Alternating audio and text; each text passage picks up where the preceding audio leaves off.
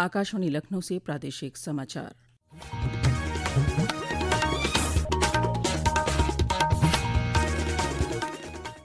पहले मुख्य समाचार। वाराणसी में 2 दिवसीय युवा आध्यात्मिक शिखर सम्मेलन आज हुआ शुरू। केंद्रीय मंत्री मनसुख मंडाविया, गजेंद्र सिंह शेखावत और डॉक्टर वीरेंद्र कुमार ने युवाओं को किया संबोधित।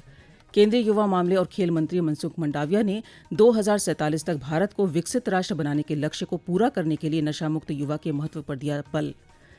मुख्यमंत्री योगी आदित्यनाथ ने बारिश और ओलावृष्टि से प्रभावित जनपदों में राहत काम संचालित करने के दिए निर्देश। कहा, आपदा से जनहानि और पशुहानि से प्रभावित लोगों को तत्काल राहत राशि कराई जाए उपलब्ध। और श्रीराम मंदिर निर्माण समिति के अध्यक्ष नृपेंद्र मिश्र ने कहा, अयोध्या में इस साल के अंत तक पूरा मंदिर बनकर हो जाएगा तैयार।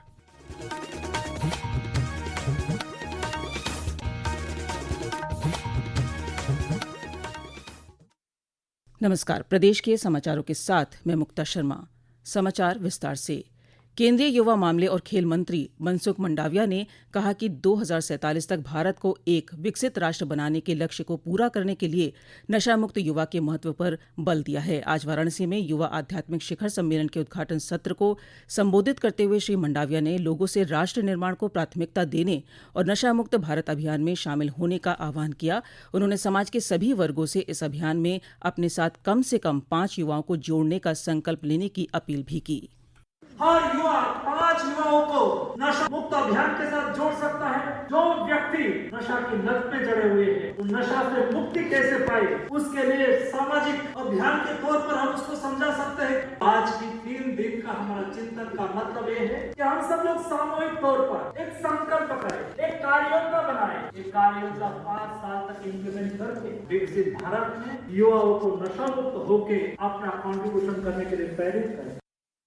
इस अवसर पर केंद्रीय सामाजिक न्याय और अधिकारिता मंत्री डॉक्टर वीरेंद्र कुमार ने कहा कि हमारा विभाग युवाओं को नशे की लत से बचाने के लिए विभिन्न योजनाएं चला रहा है। उन्होंने कहा कि प्रधानमंत्री नरेंद्र मोदी की सोच को धरातल पर उतारने में युवा महत्वपूर्ण भूमिका निभा सकते हैं।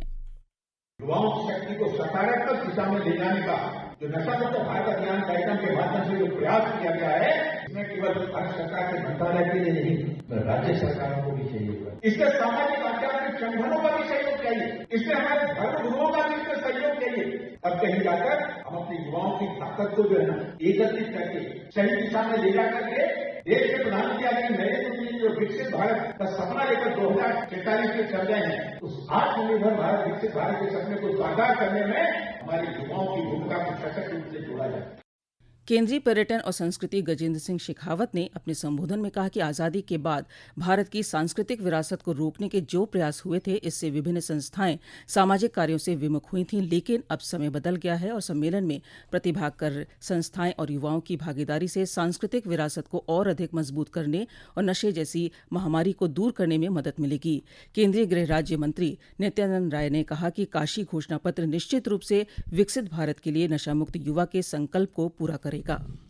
पूरे देश भर की बड़ी बड़ी महत्वपूर्ण संस्थाओं को, आध्यात्मिक को या सामाजिक या सांस्कृतिक को, सबको बुलाकर एक सम्मेलन किया गया है। इसका बहुत ही अच्छा परिणाम आएगा और सरकार एक साथ प्रयास में लगी है। खास करके कई मंत्रालय और यह दायित्व दिया गया है, सब मिलकर हम नशा मुक्त भारत अभियान में लगे हैं, जरूर सफलता मिलेगी। आज के इस सम्मेलन का जो घोषणा पत्र है वह काशी घोषणा पत्र के नाम से ही जाना जाएगा और काशी घोषणा पत्र अपने इस मिशन में कामयाब होगा। सम्मेलन में केंद्रीय युवा कार्यक्रम और खेल राज्य मंत्री रक्षा निखिल खडसे और प्रदेश के कैबिनेट मंत्री अनिल राजभर भी मौजूद थे।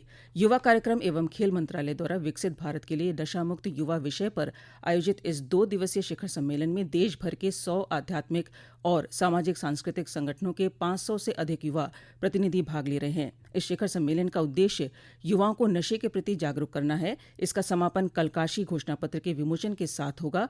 ये दस्तावेज नशामुक्त भारत के निर्माण के लिए एक व्यापक कार्य योजना पेश करेगा।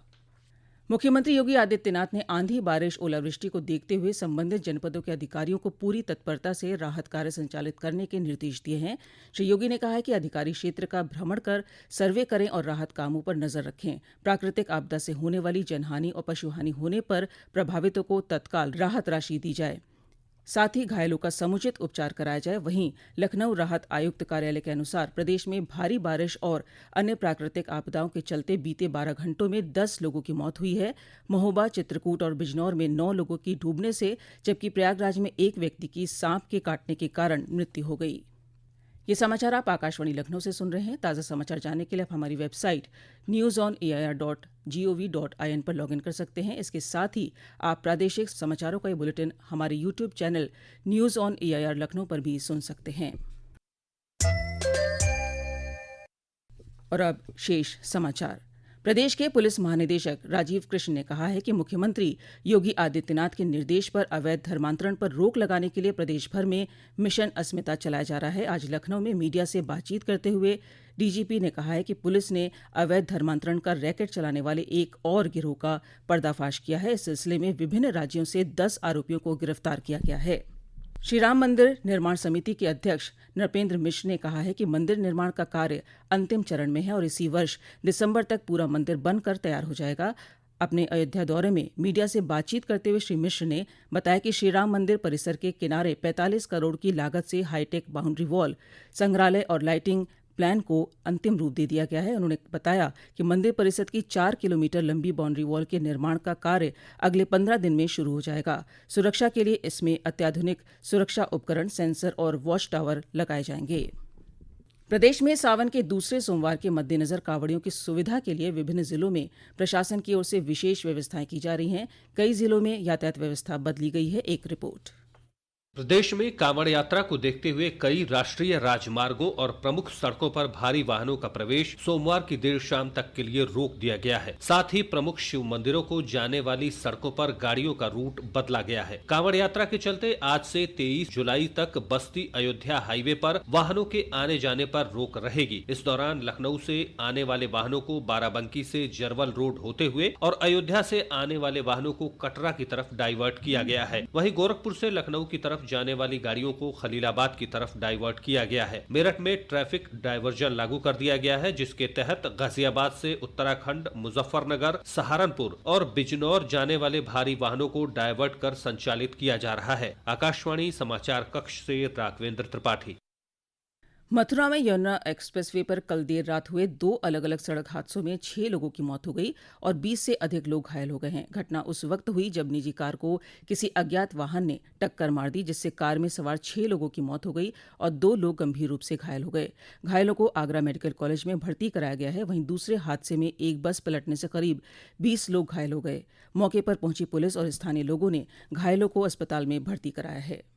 प्रसार भारती के डिजिटल प्लेटफॉर्म वेव्स ओटीटी ने कल नई दिल्ली स्थित आकाशवाणी भवन में अपनी फीचर फिल्म डेला बेला बदलेगी कहानी का प्रीमियर आयोजित किया। इस अवसर पर प्रसार भारती के अध्यक्ष नवनीत सहगल ने कहा कि वेव्स ओटीटी देश का एकमात्र सार्वजनिक सेवा स्ट्रीमिंग प्लेटफॉर्म है जो विरासत को डिजिटल नवाचार के साथ जोड़ता है।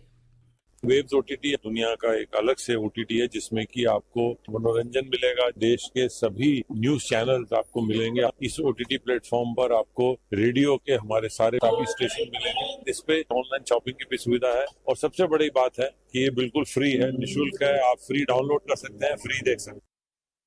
प्रदेश में रुक रुक कर बारिश से विभिन्न नदियों का जलस्तर तेजी से बढ़ रहा है। प्रयागराज में गंगा और यमुना के जलस्तर में हो रही लगातार बढ़ोतरी को देखते हुए एनडीआरएफ और एसडीआरएफ की टीमें सक्रिय कर दी गई हैं। मौसम विभाग ने राज्य के पूर्वांचल में आज से अगले 3 दिनों तक कहीं कहीं गरज चमक के साथ बारिश होने का अनुमान जताया है, जबकि इसी दौरान पश्चिमी जिलों में कहीं कहीं हल्की और कुछ स्थानों पर भारी बारिश और बिजली गिरने की चेतावनी दी है। अगले 5 दिनों के दौरान अधिकतम तापमान में किसी बड़े बदलाव की संभावना नहीं है। और अब अंत में मुख्य समाचार एक बार फिर। वाराणसी में 2 दिवसीय युवा आध्यात्मिक शिखर सम्मेलन आज हुआ शुरू। केंद्रीय मंत्री मनसुख मंडाविया, गजेंद्र सिंह शेखावत और डॉक्टर वीरेंद्र कुमार ने युवाओं को किया संबोधित। केंद्रीय युवा मामले और खेल मंत्री मनसुख मंडाविया ने 2047 तक भारत को विकसित राष्ट्र बनाने के लक्ष्य को पूरा करने के लिए नशा मुक्त युवा के महत्व पर दिया बल। मुख्यमंत्री योगी आदित्यनाथ ने बारिश और ओलावृष्टि से प्रभावित जनपदों में राहत काम संचालित करने के दिए निर्देश। कहा, आपदा से जनहानि और पशु हानि से प्रभावित लोगों को तत्काल राहत राशि कराई जाए उपलब्ध। और श्रीराम मंदिर निर्माण समिति के अध्यक्ष नृपेंद्र मिश्र ने कहा, अयोध्या में इस साल के अंत तक पूरा मंदिर बनकर हो जाएगा तैयार। इसी के साथ प्रादेशिक समाचारों का ये बुलेटिन अब समाप्त हुआ। अगला बुलेटिन रात 8 बजे FM पर प्रसारित किया जाएगा। नमस्कार।